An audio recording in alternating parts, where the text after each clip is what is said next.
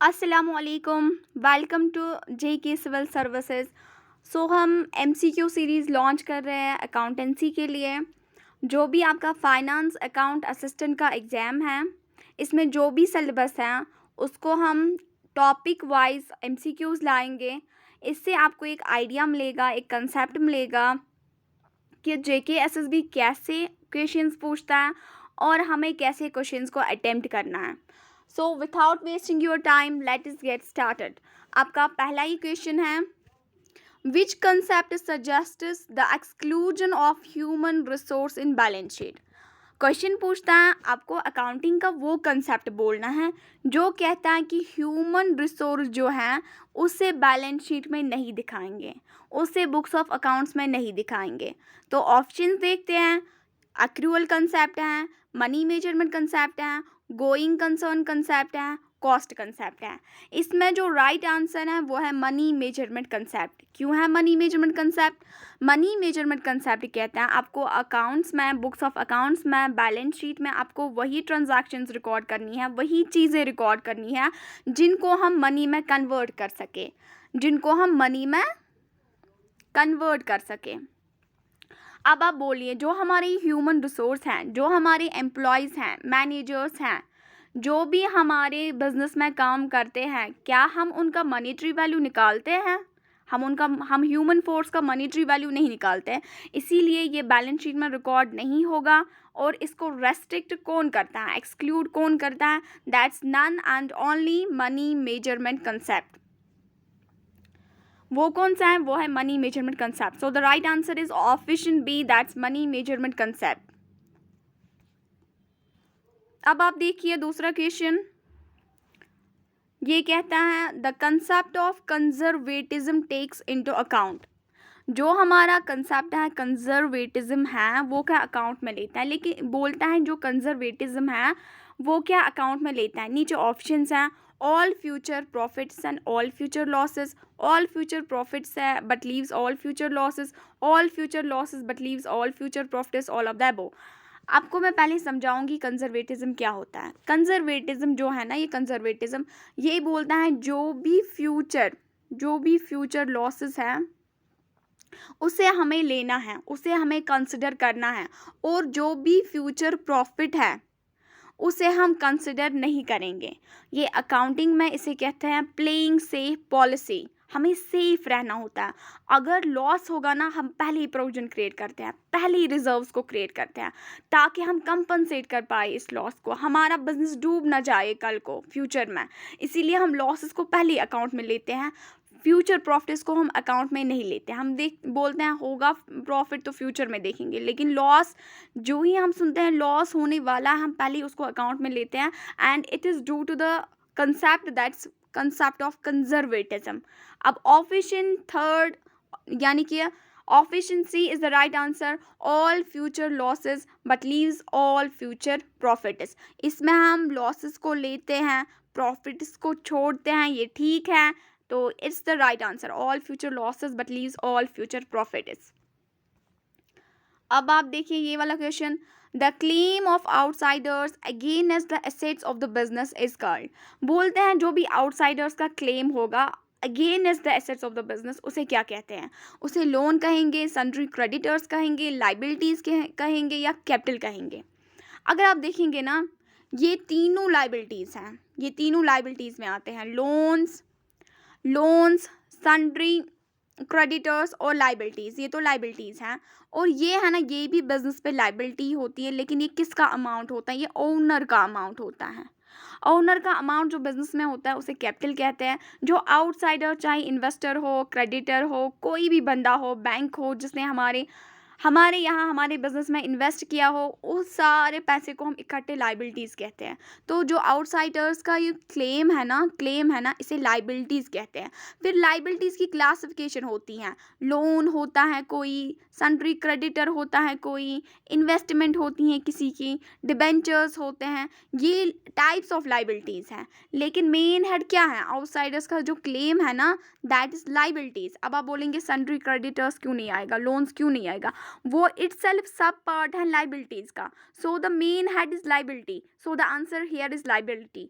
आपको दूसरा ऑब्जेक्टिव मैं यहाँ पे सिखाऊंगी। अगर आपको बोलेंगे द क्लेम ऑफ ओनर, अब नहीं होगा आउटसाइडर, अब होगा owner. The claim of owner again as the assets of the business, उसे क्या कहते हैं? अगर ओनर का क्लेम, ओनर भी तो पैसे डालता है बिजनेस में, उसकी क्लेम को क्या कहते हैं? उसको कैपिटल कहते हैं। आउटसाइडर्स की क्लेम को लाइबिलिटी कहते हैं, अगर ओनर का होगा उसे कैपिटल कहते हैं। सो हियर इन्होंने पूछा आउटसाइडर्स का claim, the answer is liabilities. अब आप देखिए ये वाला question, which one out of the following best explains double entry system. नीचे कुछ ऑप्शंस हैं, हमें बोलना है कि डबल एंट्री सिस्टम को कौन एक्सप्लेन कर रहा है।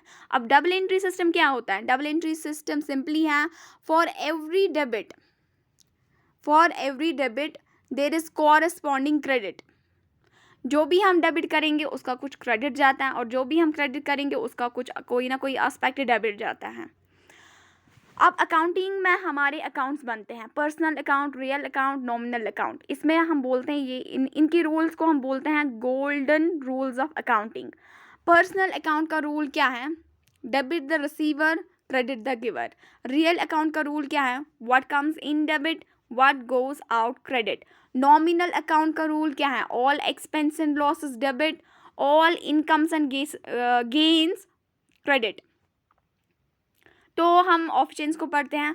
परचेज इंक्रीज डेबिट, ये सच है। परचेज जब हम करते हैं ना, वो एक्सपेंस होता है, उससे डेबिट बढ़ता है। इनकम डिक्रीज क्रेडिट, ये गलत है। इनकम से हमारा क्रेडिट बढ़ता है, क्रेडिट इनकम आती है क्रेडिट साइड में, और इनकम से क्रेडिट बढ़ता है ना कि घटता है। तो पहला ऑप्शन पहले ही गलत है, इसका ये सेकंड वाला पोर्शन ही गलत है। अब ये देखते हैं, expense increase debit, expense increase debit, ये तो ठीक है। इनकम्स डिक्रीज क्रेडिट, ये गलत है। इनकम से क्रेडिट बढ़ता है ना कि घटता है, तो ये गलत है।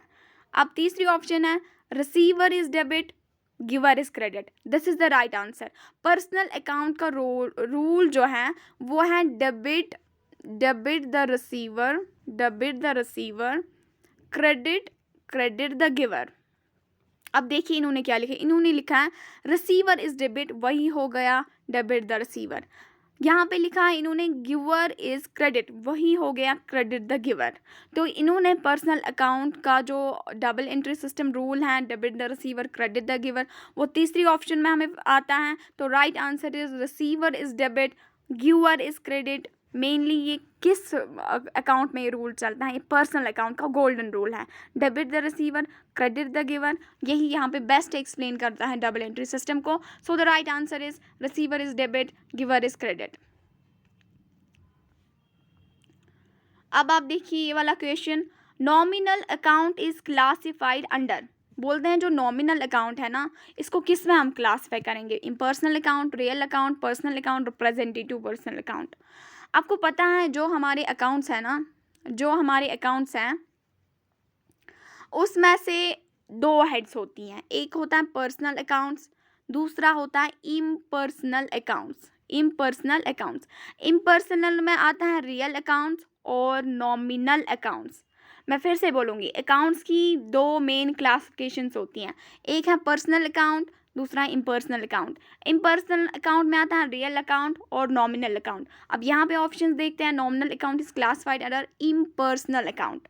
पहला ही ऑप्शन ठीक है, इम्पर्सनल अकाउंट। ये रियल अकाउंट नहीं है, पर्सनल अकाउंट नहीं है, ये रिप्रेजेंटेटिव पर्सनल अकाउंट नहीं है, it's simply an impersonal account. So the right answer is impersonal account. अब आप ये वाला क्वेश्चन देखिए, drawings must be deducted from. बोलते हैं ड्रॉइंग्स को हम किससे डिडक्ट करेंगे? लाइबिलिटी से, ग्रॉस प्रॉफिट से, कैपिटल से, नेट प्रॉफिट से। इन चारों में से हम किससे डिडक्ट करेंगे? ड्रॉइंग से। पहले ड्रॉइंग्स समझाऊंगी। ड्रॉइंग्स वो अमाउंट होता है जो विड्रॉ करता है, निकालता है ओनर बिजनेस से, और ओनर जो बिजनेस में पैसा डालता है, जब वो पैसा डालता है, इन हो जाता है, इन, उसे कैपिटल कहते हैं। जब वो पैसे निकालता है उसे ड्राइंग्स कहते हैं। आप समझते हैं ना। ओनर जब पैसा डालता है उसे कैपिटल कहते हैं, ओनर जब बिजनेस से पैसे निकालता है उसे ड्राइंग्स कहते हैं। तो drawings is deducted from capital. ये दोनों अकाउंट पार्टनर ओनर के ही बनते हैं, ड्राइंग्स भी उसी का बनता है, कैपिटल भी उसी का बनता है। So the right answer is capital account, capital here. हाँ, अब देखिए ये वाला question, drawings account is classified under, ये फिर से रिपीट हुआ है, drawings account is classified under real account. नहीं, ये दूसरा वाला क्वेश्चन है, drawings account is classified under, बोलते हैं जो ड्राइंग्स अकाउंट है ना उसको किस हेड में हम रखेंगे, रियल अकाउंट में, पर्सनल अकाउंट में, इम्पर्सनल अकाउंट में, कि नॉमिनल अकाउंट में। आपको पता ही है ड्राइंग्स किसका अकाउंट होता है, ओनर का। ओनर का क्या क्या अकाउंट बनता है, कैपिटल बनता है और ड्राइंग्स अकाउंट बनता है। अगर ओनर है, ओनर क्या होता है, वो नेचुरल पर्सन होता है, नेचुरल पर्सन होता है। तो इसका आंसर है drawings account is classified under personal account, क्योंकि ये ओनर का होता है, ओनर खुद नेचुरल पर्सन है और नेचुरल पर्सन का अकाउंट पर्सनल अकाउंट में बनता है। So drawings is under personal account, personal account is right answer. अब देखिए आप ये वाला question, accounting rules, practices and conventions should be observed continuously and applied। बोलते हैं अकाउंटिंग के जो रूल्स हैं, प्रैक्टिसेस हैं, कन्वेंशंस हैं, उनको हमें कंटिन्यूसली यूज़ करना पड़ता है। मतलब अगर हमने इस बार कोई रूल यूज़ किया, कोई मेथड अडॉप्ट किया, हमें आने वाले सालों में भी उसे यूज़ करना है, हमें आने वाले सालों में भी उसे यूज़ करना है। ये कौन सा कन्वेंशन अकाउंटिंग का बोलता है, क्या ये कन्वेंशन ऑफ कंसिस्टेंसी बोलता है, convention of full disclosure, convention of conservatism, convention of materiality? अगर आप देखेंगे ना, इसका राइट आंसर है कन्वेंशन ऑफ कंसिस्टेंसी। आप कंसिस्टेंसी से ही समझ गए होंगे।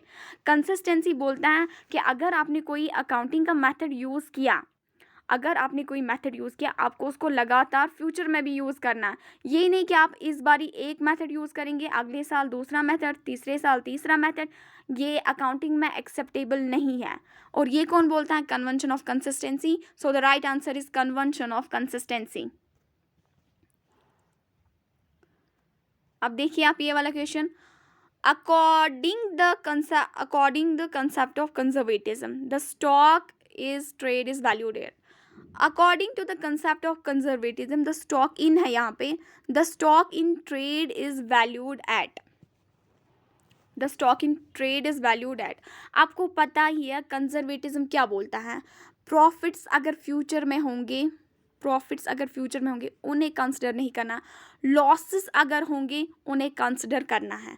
अब हमें बोलता है, यहाँ पे क्वेश्चन है, अगर स्टॉक इन ट्रेड है, हमारा लास्ट में जो स्टॉक बचता है उसको हम किस पे रिकॉर्ड करेंगे, किस वैल्यू पे रिकॉर्ड करेंगे बुक्स ऑफ अकाउंट्स में, as per the conservatism concept. क्या मार्केट प्राइस पे रिकॉर्ड करेंगे, क्या कॉस्ट प्राइस पे, क्या मार्केट प्राइस और cost price whichever is lower, market डी पार्ट है, मार्केट प्राइस और cost price whichever is lower, ये दोनों सेम है। तो इसका राइट आंसर है डी, या सी बोले, ये दोनों सेम है, मैं यहाँ पे डी बोल रही हूँ, D is the right answer. क्योंकि मार्केट प्राइस और कॉस्ट प्राइस में जो भी लो होगा, जो भी कम होगा, क्योंकि हमें बोलता है ना कंजर्वेटिज्म, आप प्रॉफिट्स को कंसिडर ना करें, इसलिए हम ज़्यादा वाला नहीं लेंगे, जो कम वाला होगा हम उसी को लेंगे। मार्केट प्राइस कम हो तो उसी पे रिकॉर्ड करेंगे, कॉस्ट प्राइस कम हो उसी पे रिकॉर्ड करेंगे। तो इकट्ठे इन्हें बोलते हैं मार्केट प्राइस और cost price, whichever is lower, हम उसी पे स्टॉक को रिकॉर्ड करते हैं। This is according the concept of conservatism. आसान होगी, 1 मिनट आप रुकिए।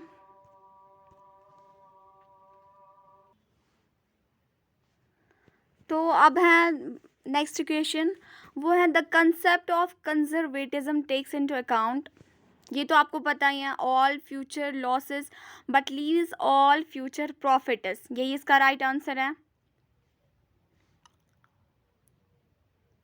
अब ये वाला क्वेश्चन है, according to which of the following concepts even the proprietor of the business is treated as creditor of the business. बोलता है आपको अकाउंटिंग का वो कंसेप्ट बोलना है, अकाउंटिंग का वो कंसेप्ट बोलना है जो कहता है, प्रोप्राइटर कौन होता है, ये ओनर होता है, जो कहता है कि ओनर जो बिजनेस का है वो भी इसका क्रेडिटर ही होता है असल में। वो कौन सा कंसेप्ट बोलता है।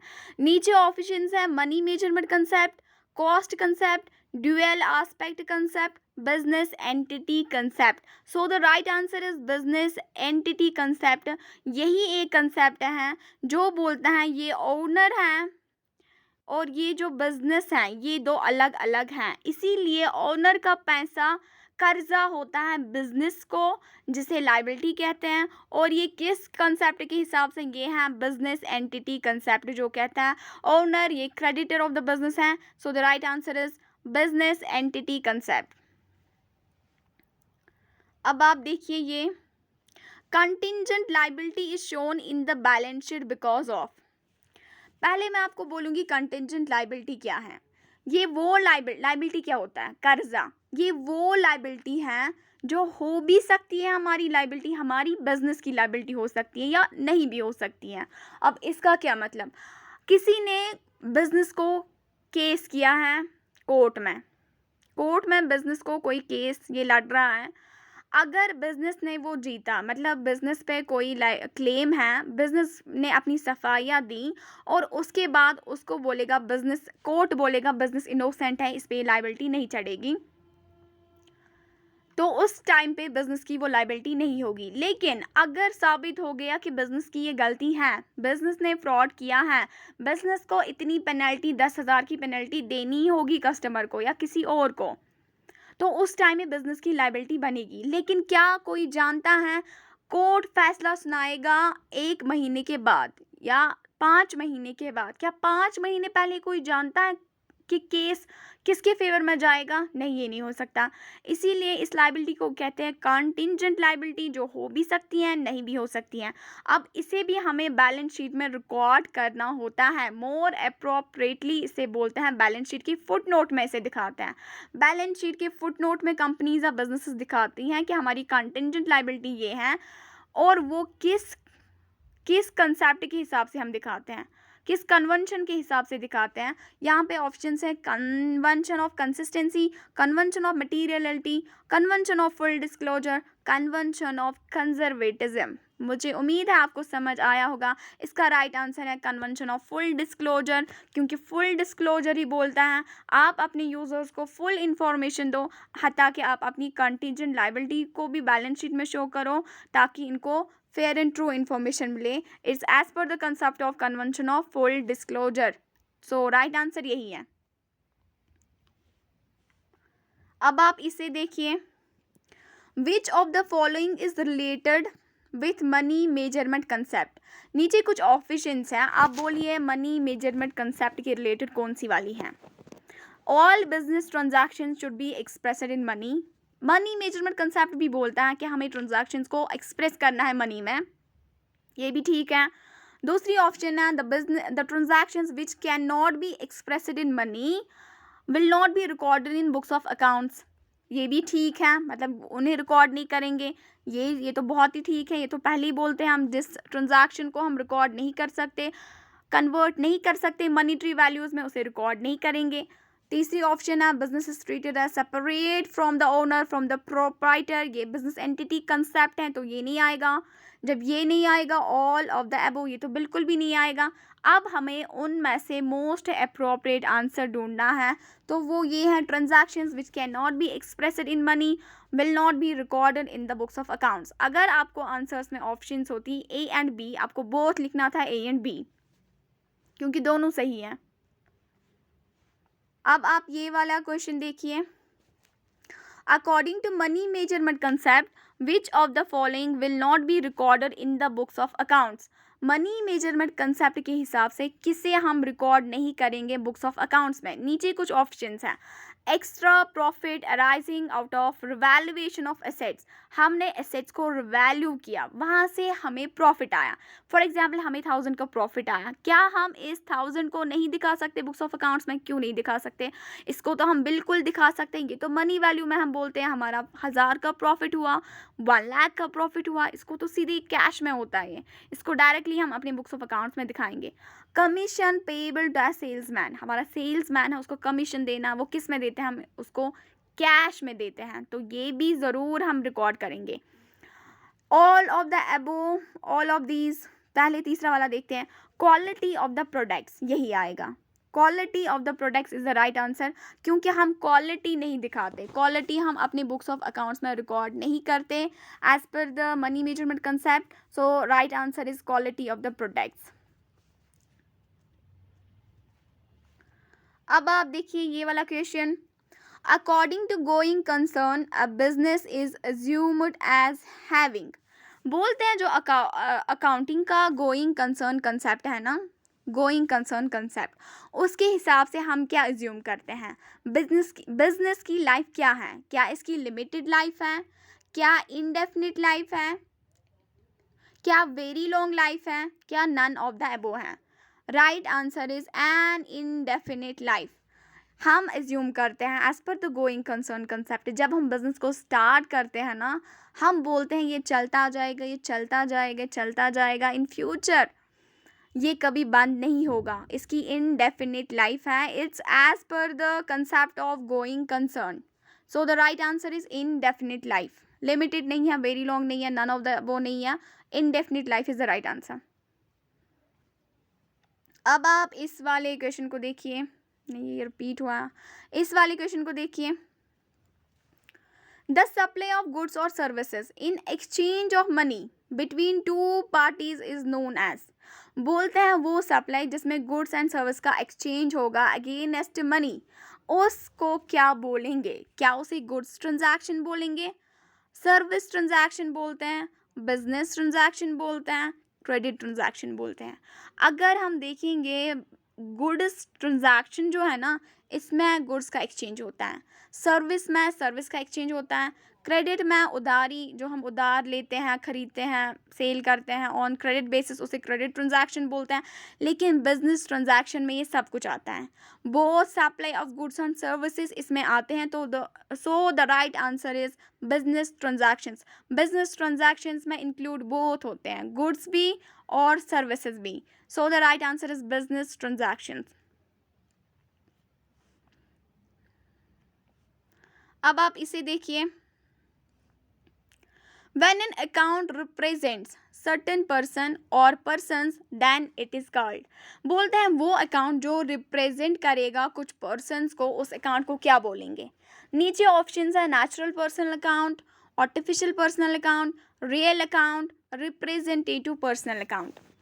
क्वेश्चन में पहले हिट है, मतलब हिंट इन्होंने दी है, जो रिप्रेजेंट करेगा, जो रिप्रेजेंट करेगा ना, उसे बोलते हैं रिप्रेजेंटेटिव पर्सनल अकाउंट, क्योंकि रिप्रेजेंटेटिव पर्सनल वो अकाउंट होता है जो रिप्रेजेंट करता है बाकी लोगों को, बाकी पर्सन्स को। सो the right answer is representative personal account. अब आप इसे देखिए, the claim of outsiders against the assets of business is called. जो भी क्लेम होगा आउटसाइडर्स का against the assets of the business, उसे क्या कहेंगे। आउटसाइडर्स कौन होते हैं, आउटसाइडर्स होते हैं जो भी हमारा इन्वेस्टर होगा, क्रेडिटर होगा, जो भी बंदा बिजनेस में पैसा डालेगा, वो उसे आउटसाइडर कहते हैं। इनसाइडर कौन है, हमारा ओनर इनसाइडर है, मैनेजर इनसाइडर है।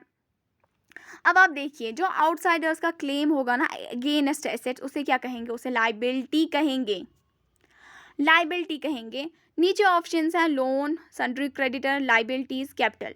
अब आप बोलेंगे लोन भी तो लायबिलिटी है, ये क्यों नहीं आएगा इसको, सन्ड्री क्रेडिटर ये भी लायबिलिटी है, ये क्यों नहीं आएगा, लायबिलिटी तो लायबिलिटी है।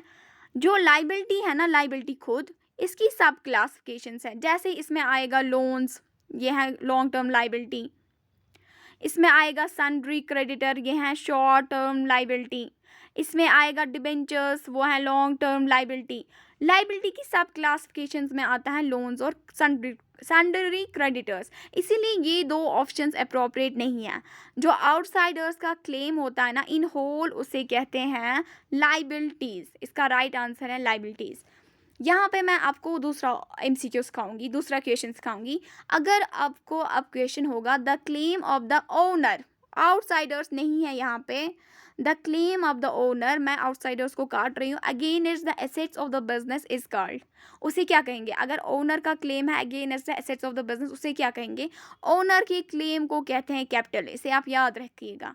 आउटसाइडर्स की क्लेम को कहते हैं लायबिलिटीज, ओनर की क्लेम को कहते हैं कैपिटल।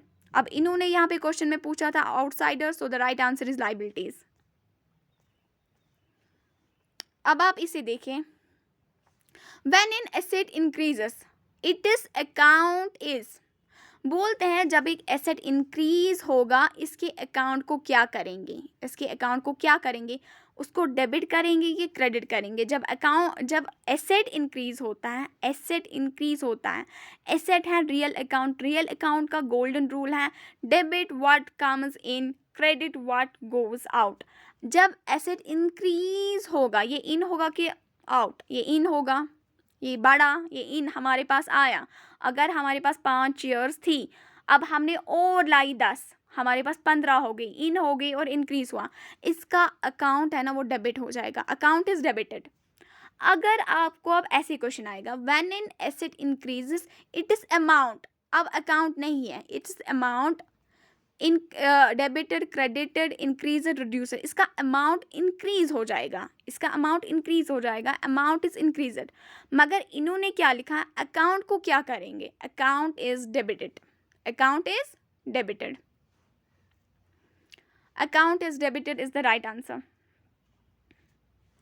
अब आप इसे देखिए, which of the following normally have a debit balance, किसकी नॉर्मली डेबिट बैलेंस होती हैं, लाइबिलिटीज़ की, लाइबिलिटीज़ की नॉर्मली क्रेडिट बैलेंस होती हैं। कभी कभार जब मतलब अनइवन सिचुएशंस हो जाती हैं तब तो डेबिट हो सकता है, लेकिन हम नॉर्मल केस, हम नॉर्मल सर्कमस्टेंसेस को डिफाइन कर रहे हैं यहाँ पे। नॉर्मल केस में लाइबिलिटी सारी क्रेडिट जाती हैं, ये लाइबिलिटी है, इसका क्रेडिट होता है। इक्विटी और कैपिटल अकाउंट्स, ये भी लाइबिलिटी है, ये क्रेडिट होती है। इनकम और रेवेन्यूज़, इनकम होता है ना, इनकम वो क्रेडिट जाता है, रेवेन्यू वो क्रेडिट जाता है। ऑल इनकम्स एंड गेन्स और क्रेडिटेड, ये वैसी बात है, इसको क्रेडिट किया जाता है। और all assets have a debit balance, debit balance किन की होती है, नॉर्मली एसेट्स की। सो the right answer is assets account. अब देखते हैं इसे, Which one of the following is a characteristic of a valid business transaction? Valid, जोर दिया गया है valid business transaction की characteristics क्या है। आपको पता है ना बिजनेस ट्रांजैक्शन में क्या होता है, एक्सचेंज होता है गुड्स एंड सर्विस का, और उसके कुछ इफेक्ट्स पड़ते हैं। अब देखते हैं इन्होंने क्या क्या दिया है। इन्होंने बोला it is an event measurable in terms of money. सच में बिजनेस ट्रांजैक्शन इवेंट भी होता है, अगर उसको मेजर कर सकते हैं इन terms of money, that's absolutely a business transaction. It affects the financial position of the business, ये भी ट्रू है, क्योंकि जब भी कोई ट्रांजैक्शन होती है ना उसमें फाइनेंशियल पोजीशन को वो चेंज लाता है, अफेक्ट करता है उसको। फॉर एग्जाम्पल मैंने अभी कैश पे किया 50,000, ये डिक्रीज हुआ। मशीनरी लाई 50,000 की, ये इन हुई, ये डेबिट होगा, ये क्रेडिट होगा, कैश क्रेडिट होगा। यानी कि हमारी कंपनी में मशीनरी तो आई, हमारा एसेट बढ़ा, लेकिन हमारा कैश डिक्रीज हुआ कि ना, इसने फाइनेंशियल पोजीशन को change. So it's true, it affects the financial position of the business.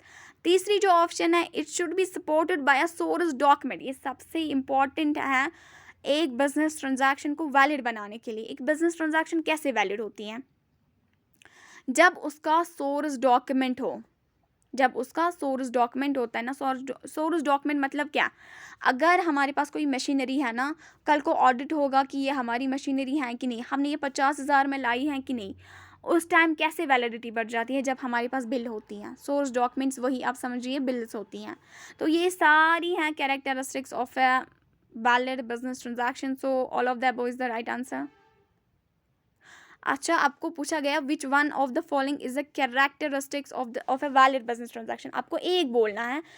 अगर आपको बोला गया होगा ना which what are the characteristics of a valid business transaction, वो सारे आते हैं, then it's all of the above case. आपको वन बोलना है ना, जो मोस्ट अप्रोप्रिएट आंसर है ना उसके लिए one, which one of the following is a characteristics of a valid business transaction, उसके लिए आंसर है it should be supported by source document. आप समझ रहे हैं ना, which one of the following is a characteristic of a valid business transaction, इसके लिए आंसर है it should be supported by source document, ये पहला नंबर का है। और अगर आपको आएगा विच what are the characteristics of a valid business transactions, उस एमसीक्यू के लिए आंसर है ऑल ऑफ द अबव। अब आप इसे देखिए, which one of the following is not a nominal account? Nominal account इसमें कौन नहीं है? परचेजेस अकाउंट ये नॉमिनल है, सेल्स ये नॉमिनल है, सैलरीज ये नॉमिनल है, कैश अकाउंट रियल अकाउंट है। तो इसका राइट आंसर है कैश अकाउंट। क्या है? Cash account. Which one of the following is not a real account? इसमें से रियल अकाउंट कौन नहीं है? मशीनरी ये तो सीधे एसेट है, ये तो रियल है। गुडविल ये तो इंटेंजिबल एसेट है, ये भी तो रियल है। इक्विपमेंट अकाउंट ये भी तो रियल है, ये तो एसेट है। अब बचता क्या है? Sales account. Sales account is the right answer. अब आप इस वाले क्वेश्चन को देखें। Which one of the following is not an external user of accounting information? बोलता है नीचे कुछ दिए गए ऑप्शंस में आप बोलिए कौन एक्सटर्नल यूजर नहीं है? एक्सटर्नल यूजर नहीं है। इन्वेस्टर है ना, ये एक्सटर्नल है। क्रेडिटर है ना, ये भी एक्सटर्नल है। कस्टमर है ना, ये भी एक्सटर्नल है। मैनेजर है ना, ये इंटरनल होता है, ये एक्सटर्नल नहीं है। तो इसने यही पूछा है एक्सटर्नल कौन नहीं है? एक्सटर्नल मैनेजर नहीं है, so the right answer is manager. अब आप इस वाले क्वेश्चन को देखें। The branch of accounting that generates reports and information for the use of internal management is known as? The branch of accounting that generates reports and information for the use of internal management. आपको accounting का वो branch बोलना है, वो branch जो information provide करता है management को। किसको? मैनेजमेंट को। आपको पता है अकाउंटिंग के बहुत सारे ब्रांचेस हैं, जैसे फिनेंशियल अकाउंटिंग है, कॉस्ट अकाउंटिंग है, मैनेजमेंट अकाउंटिंग है, इससे आगे भी बहुत सारी ब्रांच है और हर ब्रांच का कोई ना कोई मकसद रहता है। नीचे दिए गए ऑप्शंस में हम देखेंगे टैक्स अकाउंटिंग ये नहीं है, it's for the taxation purpose. Auditing ये भी नहीं है। इंटरनेशनल अकाउंटिंग ये भी नहीं है। इसमें राइट आंसर है मैनेजरियल और मैनेजमेंट अकाउंटिंग, क्योंकि मैनेजरियल और मैनेजमेंट अकाउंटिंग ही वो अकाउंटिंग होती हैं जिसका काम होता है रिपोर्ट्स को तैयार करना, इंफॉर्मेशन देना। किसको? मैनेजमेंट को इंफॉर्मेशन देना, ताकि वो अच्छे से पॉलिसीज बनाएं, अच्छे से फ्रेम करे rules and regulations for the business. हाँ, कैसे उनको चलना है। So the right answer is managerial और management accounting. So this was the last question. इसी के साथ I am concluding. Thank you, thanks a lot for your patience.